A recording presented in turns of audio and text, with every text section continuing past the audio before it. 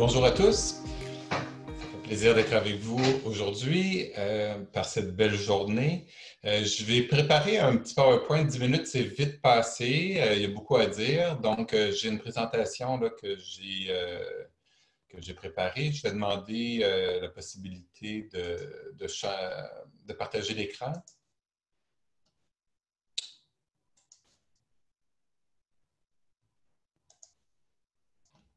Est-ce que je vais partir le...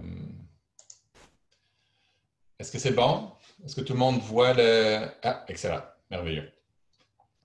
Donc, l'habitation communautaire, le titre de la présentation, un milieu de vie pour tous, pour toutes et tous. Je vais vous faire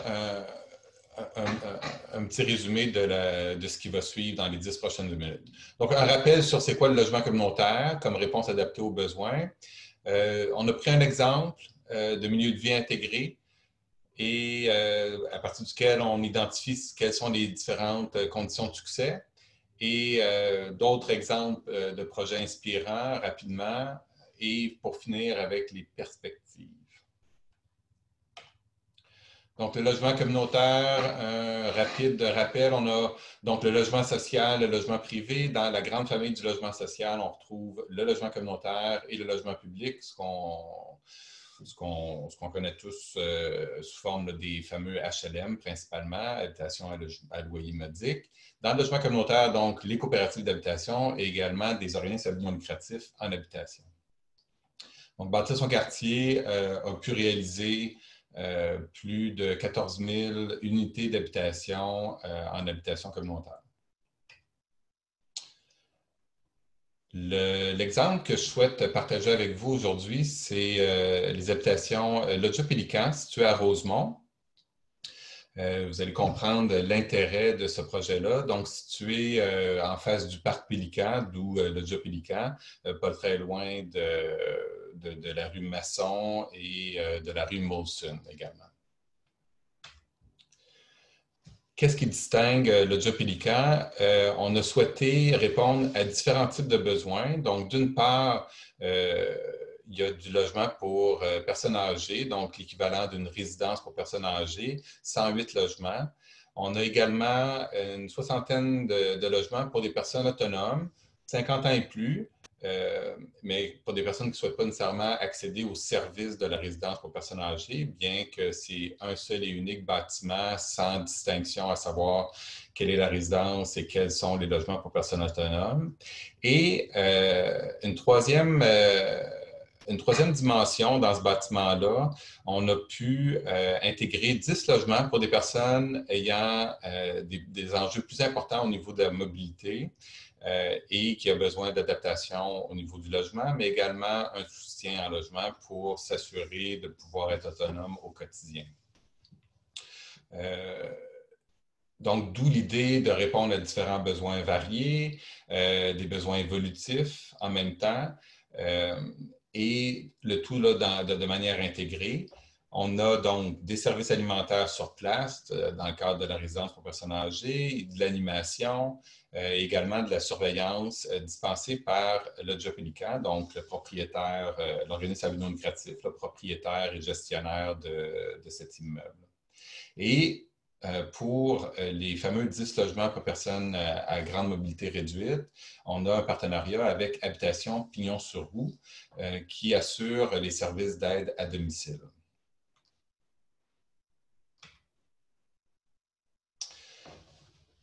Je vais prendre quelques minutes pour parler d'Habitation Pignon-sur-Roue. Dans les faits, on a différentes personnes qui sur une base individuelle, ont accès à un certain nombre d'heures de service par semaine. Et le fait il y a eu un Pignon-sur-Roue a dit on pourrait collectiviser l'ensemble des heures de 10 personnes, 10 résidents, pour assurer une présence de service en continu. Donc, c'est une espèce de pool des heures de tout un chacun. Et donc, on assure une présence 24 heures par jour, 7 jours par semaine pour ces 10 personnes-là. Et dans cela, selon les besoins que chacun rencontre en termes d'aide au quotidien, ben, dans cela, il y a une présence, puis il peut avoir cette aide-là. Donc, c'était une formule assez novatrice. Ici, dans l'Audio Pélican, c'est la phase 2 d'habitation Pignon-sur-Roue. Il y avait une autre phase que je vais vous montrer rapidement tantôt, une première phase, donc qui était le résultat d'un projet novateur avec le ministère de la Santé et des Services sociaux au début des années 2000.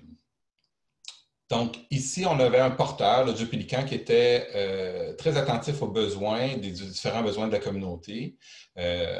On avait un porteur aussi qui était très sensible à l'accessibilité universelle et d'avoir des logements adaptables, ce qu'on a dans tous les logements pour les personnes, dans la résidence pour personnes âgées. Tous les logements sont adaptables, universellement accessibles.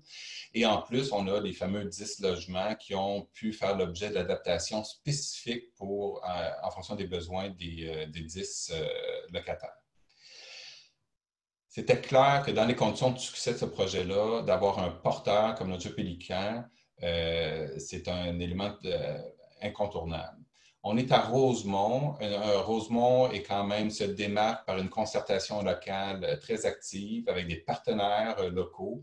Dans les partenaires locaux, pensons à la Corporation de développement communautaire de Rosemont, le Comité Logement Rosemont et également la Société Logique qui est active sur la table de concertation.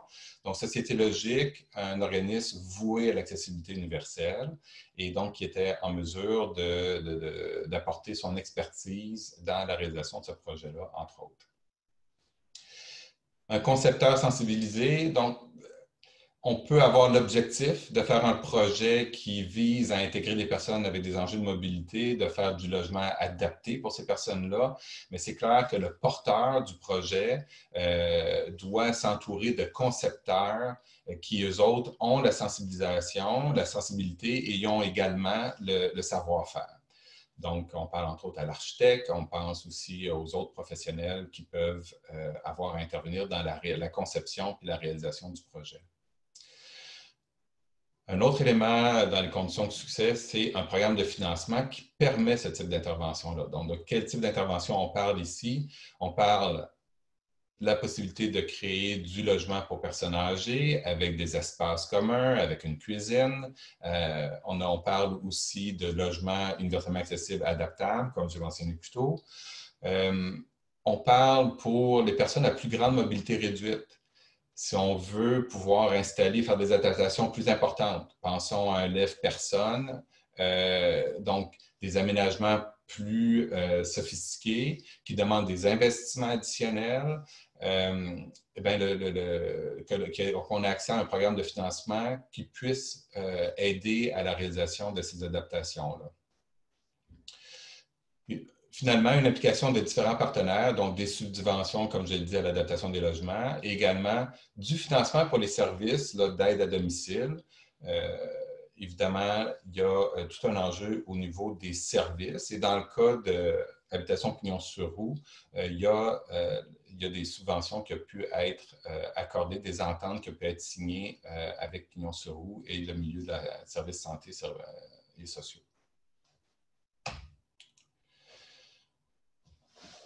Dans Rosemont, donc on reste dans Rosemont, on a ici le Rachel qui était la première phase d'habitation ou dans laquelle on a pu intégrer des logements pour des personnes à grande mobilité réduite.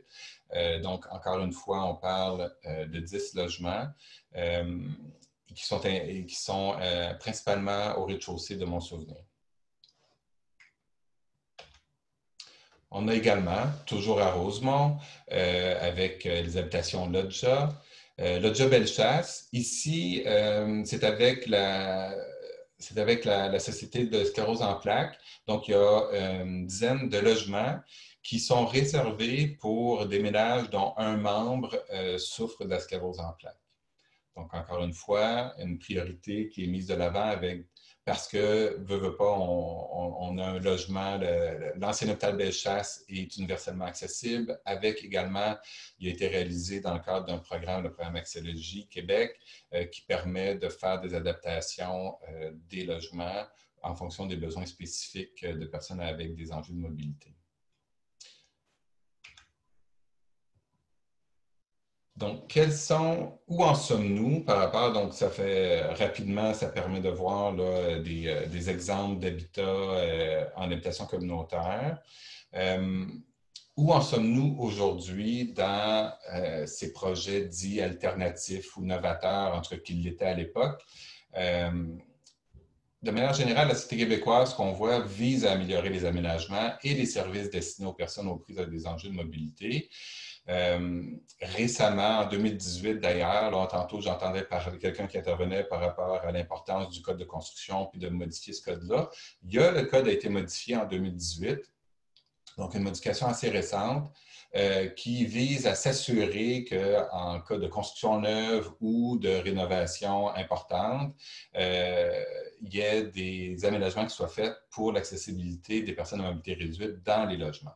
Donc, vraiment des prescriptions sur les espaces de circulation requis, sur la largeur, par exemple, des portes, et également certains aménagements requis dans les salles de bain, que ce soit du fond de clouage.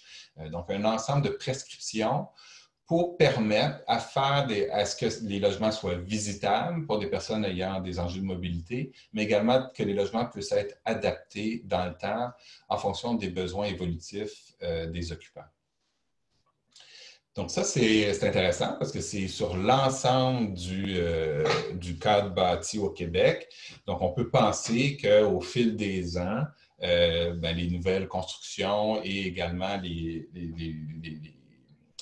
projets de rénovation vont faire en sorte que, de manière générale, les logements vont être plus accessibles et également adaptables.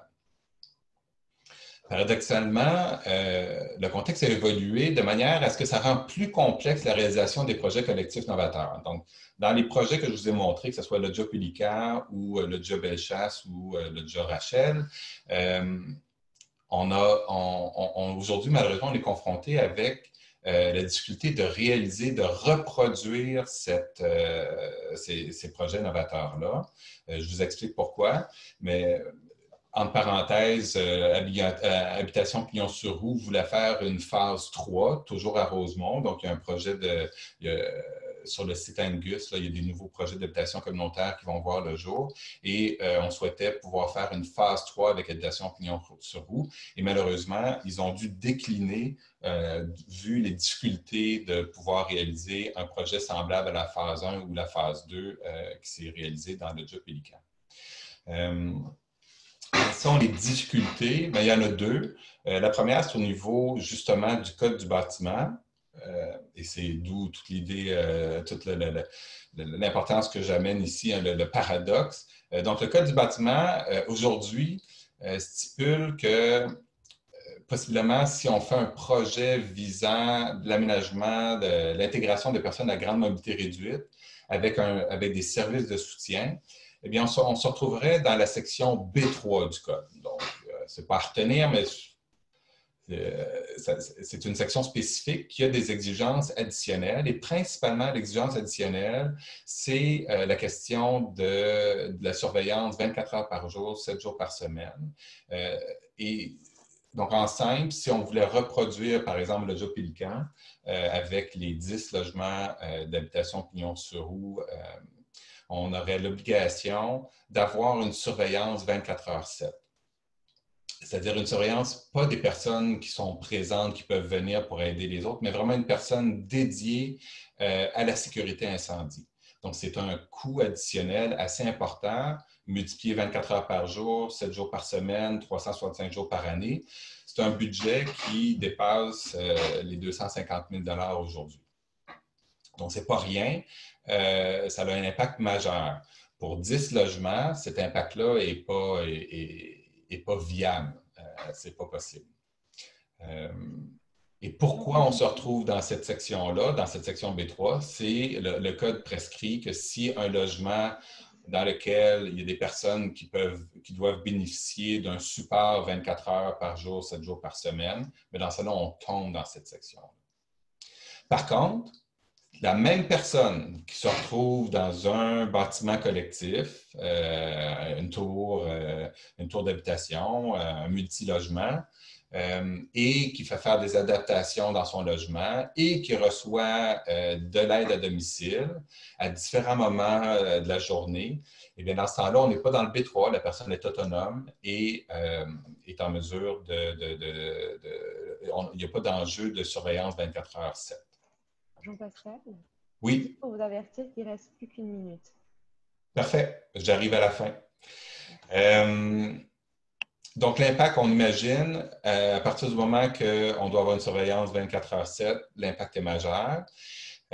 L'autre élément majeur, c'est vraiment une approche plus à l'individu du côté des services santé, services sociaux. Donc, on est plus à l'aide à la personne, le chèque emploi-service, la possibilité d'un organisme comme Pignon sur Roue qui signe une entente globale pour offrir une présence dans un bâtiment comme le Jopelican, eh bien, c'est plus possible. En ce moment, on n'a pas été capable de trouver le chemin. Et c'est pour ça, d'ailleurs, que Habitation Pignon sur Roue a décliné la phase 3. Et finalement, le programme Axologie, les projets que je vous ai présentés préalablement, c'est tous des projets qui se sont réalisés dans le cadre du programme Axologie Québec depuis l'arrivée au pouvoir du gouvernement caquiste. Malheureusement, le programme Axologie n'a pas été reconduit, donc il n'y a plus de nouvelles unités depuis 3 ans maintenant. Il y a de l'argent qui a été investi pour essayer de finaliser certains projets. Ceci étant dit, ça fait 3 ans qu'il n'y a plus de nouvelles programmations, ce qui limite beaucoup le développement, comme vous pouvez imaginer. Voilà. Merci beaucoup pour votre présentation, Jean-Pascal Baudouin. Michel Saint-Cyr, est-ce que vous êtes là pour prendre la parole? Oui, je rallume mon micro. Oui, bonjour. Merci Jean-Pascal. On a souvent l'occasion de croiser nos micros dans les différentes tribunes qui nous sont offertes. D'abord, je tiens à remercier votre association de m'offrir cette tribune-là. Je suis content aussi de passer après Jean-Pascal. On ne s'est pas concerté parce qu'on aurait pu dire un certain nombre de choses assez semblables, là, parce qu'on a eu l'occasion de travailler sur des projets innovants, des projets aussi pour des personnes à mobilité réduite, et on a sensiblement le même genre de lecture et le même genre de constat aujourd'hui par rapport à ça. J'aurais pu vous parler des projets que la traversée fait dans ce contexte-là, mais j'ai surtout voulu vous parler d'innovation en général. Jean-Pascal vient de vous parler d'exemples très concrets de projets réalisés. Ça donne bien parce que moi, je vais parler plus d'innovation. L'innovation aujourd'hui, je vais parler surtout de ce que j'appelle de l'innovation utile. C'est de l'innovation qui sert à quelque chose, qui fait du sens dans la vie des personnes au quotidien. Et puis, comment est-ce que moi, j'ai réfléchi aujourd'hui à ce phénomène-là? Ça fait 44 ans que je travaille dans ces environnements-là. J'ai toujours travaillé aux opérations, à travailler à monter des projets, puis à le faire de façon le plus pragmatique possible avec toutes les difficultés, puis avec toutes les contraintes qu'on a. Jean-Pascal en a énuméré certaines, mais je voulais surtout vous partager une réflexion qui à ce stade-ci de mon parcours, reflète davantage un idéal de comment est-ce que je vois l'innovation. Les innovations, pour moi, c'est des innovations qui sont ouvertes sur ce qui caractérise nos environnements sociaux. Ce temps de réflexion et d'expérimentation en laboratoire partagé est important et doit nécessairement déboucher sur des actions qui sont concrètes. Je dirais sur des actions puis des produits qui vont faire du sens dans la vie au quotidien pour aider, suppléer à des carences, compenser des pertes et permettre de traverser le temps. Tantôt, j'entendais des gens qui parlaient de leur préoccupation en termes de day-to-day puis de l'obéisme par rapport à ça. Ça rejoint un peu ma pensée. On peut bien créer des innovations, mais si c'est juste des choses qui sont très techniques et qui ne font pas de sens pour les gens qui auront à vivre avec ces innovations-là, ça ne fonctionne pas. La réalisation d'un projet en habitation, ça exige que l'on additionne des expertises afin de réaliser un projet optimal. Puis un projet optimal, ça doit réunir des conditions favorables si on veut que ce projet-là atteigne le niveau souhaité. Jean-Pascal en a parlé rapidement tout à l'heure, mais c'est vraiment un ensemble de choses qui font que la différence se fait pour avoir un projet qui est optimal. Ils ont réussi à le faire dans le cas des exemples qu'ils ont donnés, puis On le voit, là, c'est difficile à reproduire maintenant. Réaliser un projet optimal nécessite vraiment l'addition des facteurs favorables. Il ne peut s'agir que d'ajouts, de rallonges, comme on en voit trop souvent dans certains projets qui vieillissent mal ou qui sont dépassés parce qu'on a voulu répondre pour répondre à des conformités. Pour bien résumer ces phrases, il faut bien comprendre que les enjeux sont nombreux et sont tous importants et qu'ils doivent être réalisés dans une cadence donnée, dans un ordre logique et stratégique. La gestion du temps est un facteur important dans la réalisation d'un projet parce que réaliser des projets d'exception comme ça prend du temps. Tous ceux qui travaillent à ce genre de projet vous le diront, il faut travailler en respect des étapes. La réalisation d'un projet en habitation, c'est de s'assurer de mettre en place des pièces de casse-tête en 3 dimensions selon une logique de réponse optimale, à la fois des besoins et des caractéristiques personnelles, mais aussi collectives. Une logique structurelle, architecturale et d'ingénierie qui est appropriée. Une logique financière qui rend le projet viable. Une logique de réalisation séquentielle synchronisée avec les instances en habitation. Puis finalement, un atterrissage sur un site rendant la cohésion de ces logiques faisable, viable. Tout ça, c'est rattaché à des projets, à des programmes. Jean-Pascal en a parlé avant moi. Quand on ne renouvelle pas des programmes comme des programmes comme Accès-Logis, ça devient encore plus difficile de réaliser ce genre de projet-là. Peut-on maintenant y vivre pour la vie? Il y a une phrase qu'on entend souvent qui dit, je vais regarder bien mes notes parce que j'ai tendance à faire des erreurs par rapport à ça, mais on dit qu'il n'y a pas rien de plus, temporaire que le permanent. Bien, moi, j'aurais tendance à dire que parfois, nous, on travaille avec des logements à personnes âgées. Il n'y a pas rien de plus temporaire que le permanent, justement. C'est le contraire que je voulais dire. Parce que souvent, on veut créer des logements permanents pour ces personnes-là, puis au fur et à mesure que les gens perdent de l'autonomie, ces gens-là passent à un autre édifice plutôt qu'on ait un édifice qui puisse s'adapter à ces réalités-là.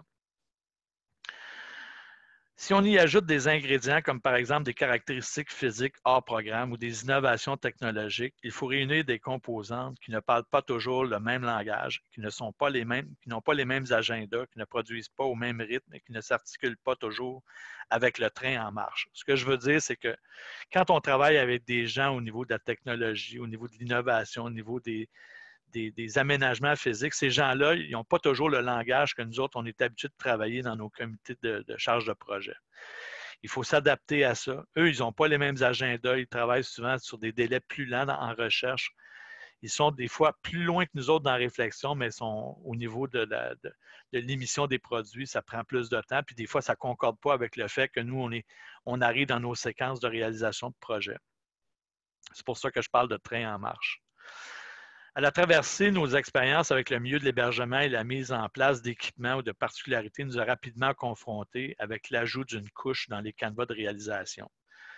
Quand on parle d'ajouter d'équipements, quand on parle de faire une programmation architecturale qui est différente, on vient tout de suite dans les aspects des dérogations de projet, puis il faut travailler fort pour les faire arriver.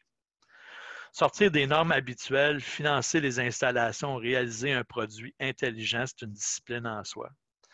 Comme je l'ai mentionné dès le début, c'est l'addition des expertises visant la réalisation commune qui donnera à long terme des résultats.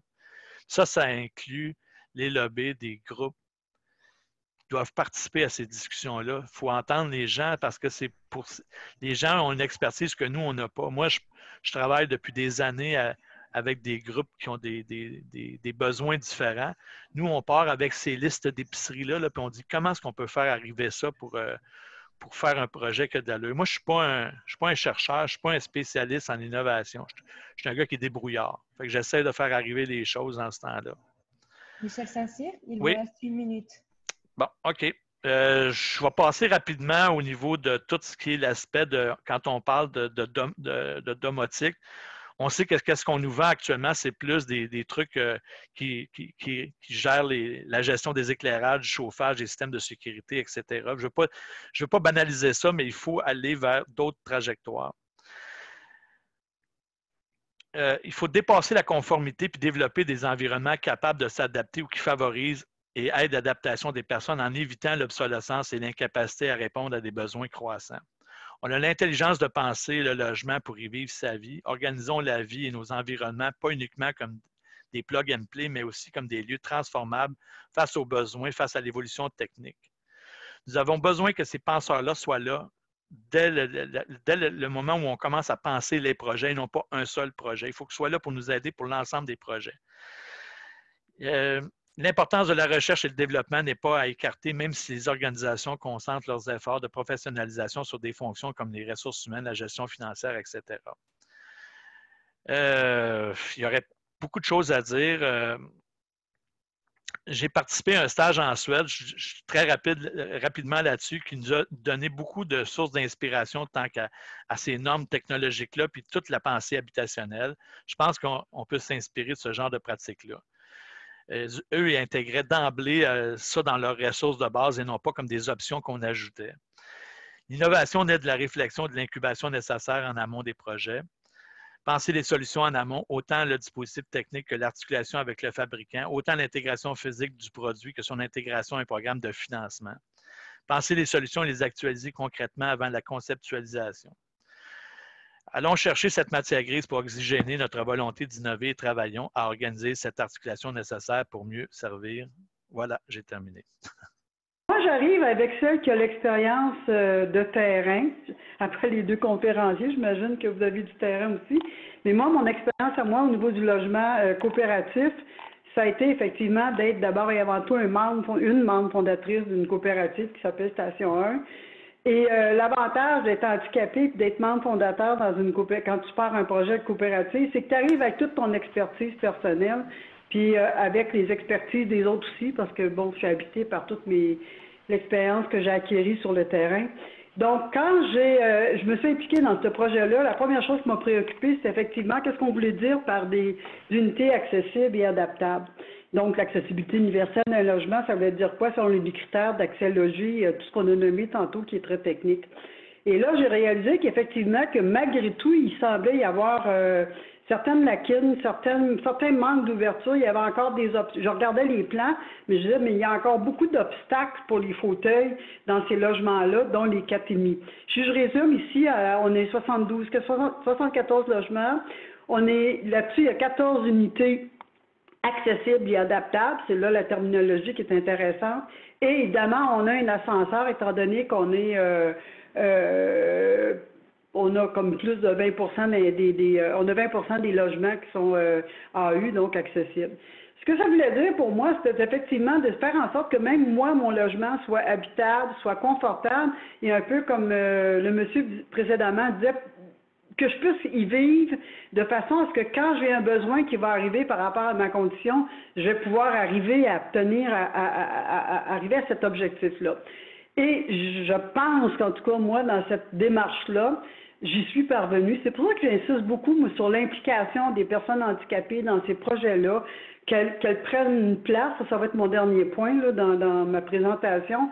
Parce que c'est avec ces voies-là qu'on est capable d'arriver effectivement non seulement à des réflexions, mais à des réalisations qui suivent les réflexions. Donc, on dit en bon québécois, les bottines suivent les babines.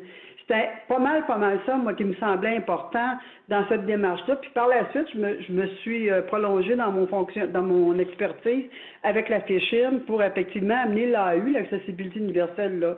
Donc, si je regarde le profil qu'on a dans notre coopérative, par exemple, on a des logements qui vont être capables de répondre à notre population vieillissante, par exemple. Puis présentement, ces logements-là sont habités par des personnes essentiellement handicapées et en perte d'autonomie, et qui éventuellement, il y en a qui vont partir ou ils vont mourir, ils vont tomber. En tout cas, bref, c'est la vie, là. Il y a quand même de plus en plus, les membres vieillissants vont être capables de reprendre ces logements-là et d'avoir une circulation à ce niveau-là qui va être intéressante. Du moins, c'est ce que j'espère.